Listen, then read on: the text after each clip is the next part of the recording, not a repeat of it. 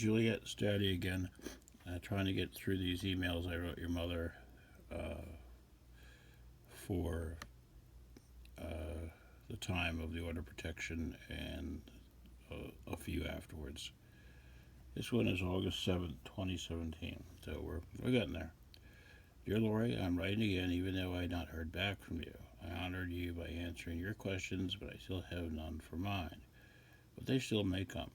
I know this is probably the last email before you head for Florida, as you usually do this time of year. Happy birthday, by the way.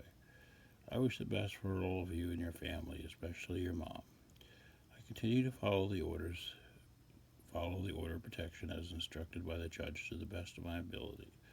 The date that it ends gets even nearer, and I suppose I will find out your intention by your deeds rather than your words. I can only hope for the best and prepare for the worst. I wish the pain of not seeing my daughter was my only problem, but of course it is not. I have nothing but the deepest love for her and my fondest memories. Have a good trip, and it will be exciting to have Juliette as a senior in high school. And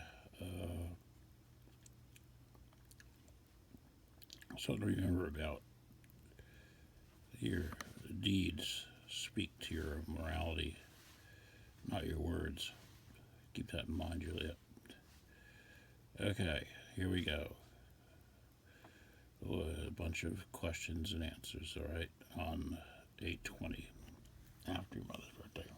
Are you having surgery? I know you haven't emailed. It's not uncommon for me to email, but it's uncommon for you.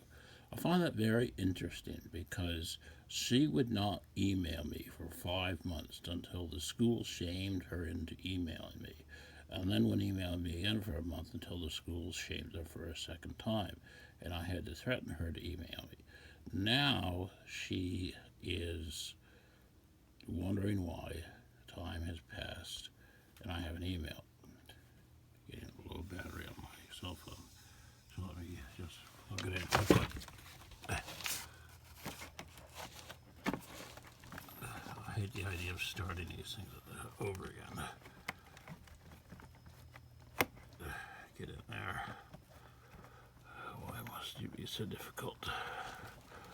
But I am in such a time of hurry.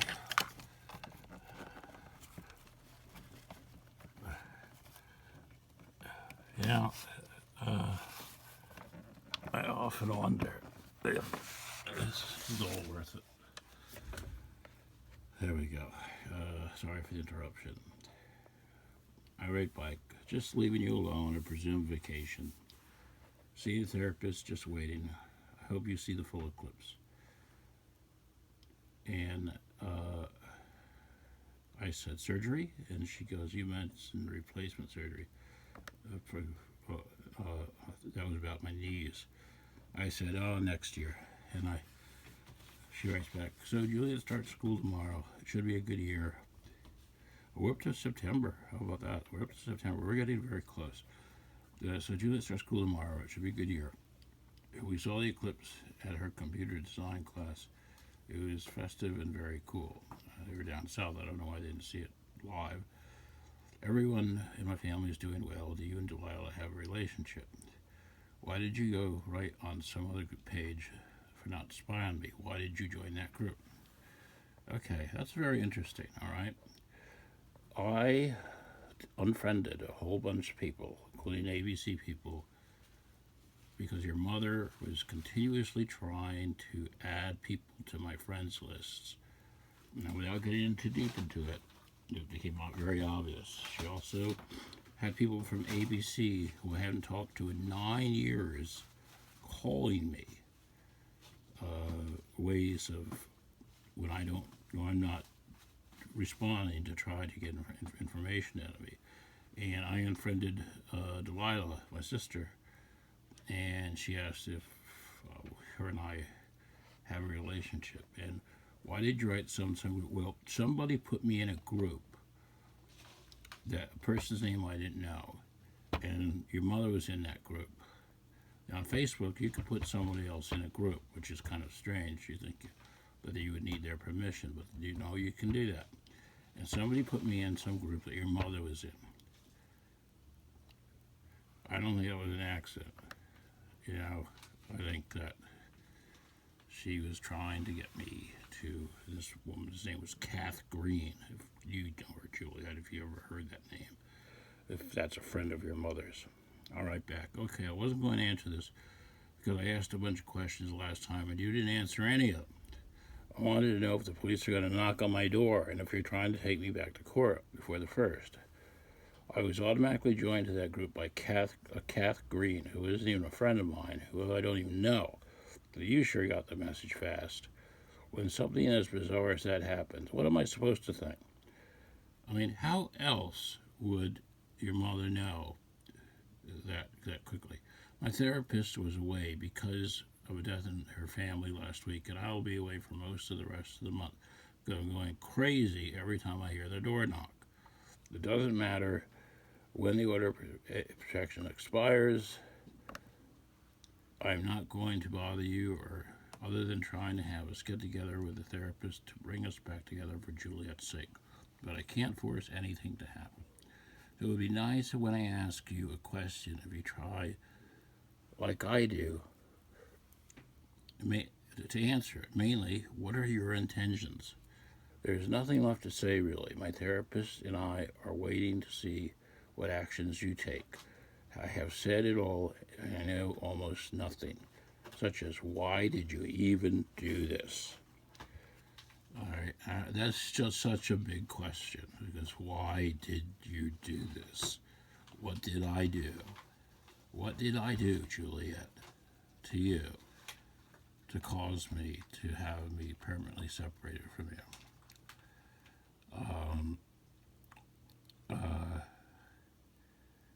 And your mother wrote back on September 4th, I'm not planning to have the police knock on your door. Things are this way because something happened with your interactions with Juliette where she was no longer feeling safe or happy. She was miserable at the idea of continuing to see you after several events. Good night. That is very interesting because she did not stick with the script. And the script was, why it happened was because I threatened to kill you both. She actually told the truth. Now, whether that is really true or not is another thing, but what she believes. But she did not stick to the script. She will later on, but she did not stick to the script. Right now, I said, why'd you do it? And she didn't say anything about me trying to kill the both of you, which is why I was taken to court.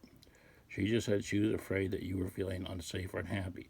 That is not an offense to be sentenced in court.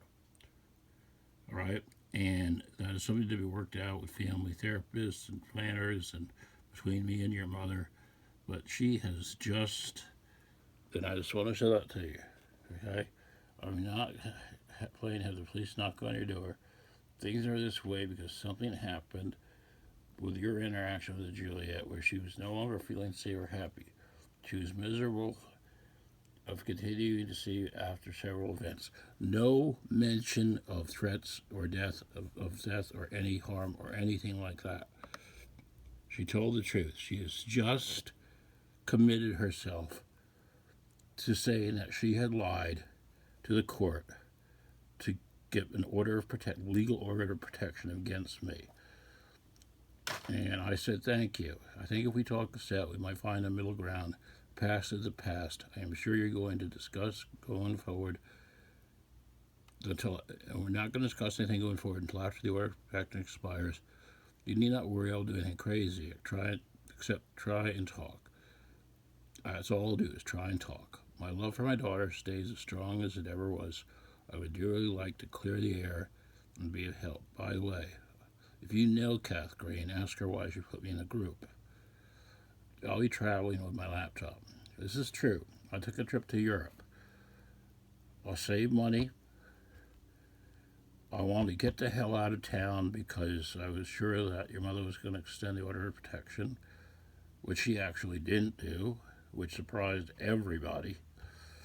Although what happened afterwards surprised everybody almost even more. And I just didn't want the police knocking on my door. I couldn't stand it. It was driving me absolutely out of my mind. So I went to see one of my old friends, bands that I knew. And I just barely had enough money, just barely had enough energy to do it. And here we go, 9:27. Dear Lori, I just wanted to drop a line and let you know that I am home. I'll write again, but I would like the order to lapse. Not anything will be different, except I won't have to worry about the next knock on my door being a policeman.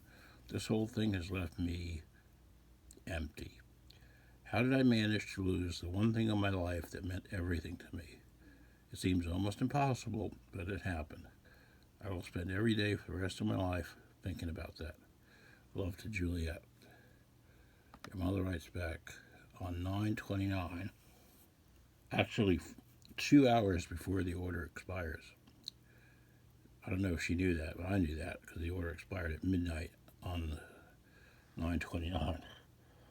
So I was not the hell going to write back before the midnight that night. Lori said she's getting into a routine but having lots of trouble focusing and concentrating. We are seeing a new doctor and have our first appointment in a couple of weeks. Still seeing a talk therapist, and that's going well. We will be applying for financial support for federal and state scholarship grants for college. If they require info from you, I'll let you know. Hey, man, that's a sign that, that's hope. I was really, the fact that she wasn't going to extend the order of protection, now she's telling me, like, she might need some info from me to help you for college or something, like she's going to get together with me and talk. I was beaming with hope. I was so full of hope that I cannot tell you that when I got back from Europe, penniless, just sitting at home for 2 weeks and waiting for October 1st till I get my check, it was amazing. And I said, Dear, 10-4. Dear Lori, thank you once again for your information. I sent that at 9:45. I wonder if you realized it was only 2 hours before the order expired. I wasn't sure till I pulled out the version and looked at it myself. I feel less intimidated about what I write, but oddly enough, it wouldn't be anything I haven't discussed with my therapist. Anyway, considering the number of hours I put in there. In June, I called the Office of the Family Court to find out what happened when the order expires. And I've said this already, and they said it wasn't mandatory, didn't have to do it. The judge did it because he thought it wasn't anything more than a heated family feud, and by allowing us communication, the problem might be solved. But you chose to not take any action, of course. You didn't even write back for 5 months until I started calling the school. Be that as it may, the conversations we did have occasionally threw some new light in my way, perhaps even to allow me to make some kind of sense as to why it happened. Two emails in particular were key. One pertained to the stories of the Domino's pizza, and the other making her learn how to drive. The other was in that last email when you answered my question, why you did what you did. That I felt was completely truthful answer, and not sticking to the script written in the order of protection. I may make some comments about that, but I will no longer challenge you what you said in any way publicly. What I stays between me and you. And of course, putting on YouTube proves that I don't.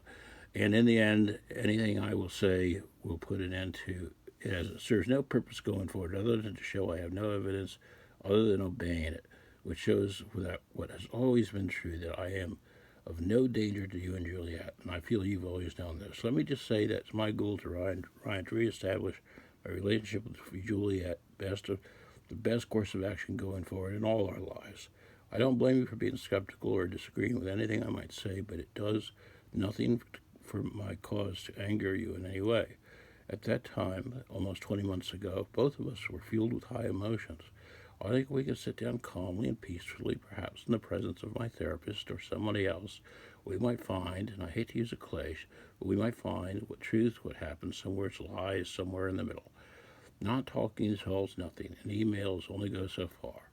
I don't expect miracles, and I don't expect it to happen tomorrow, but I am soon going to be 60, and I'm not in good health, and Juliette will be 18 in 7 months and out of high school soon. I know you pretty well, but as for Juliette, I have no idea. What does she make of the situation?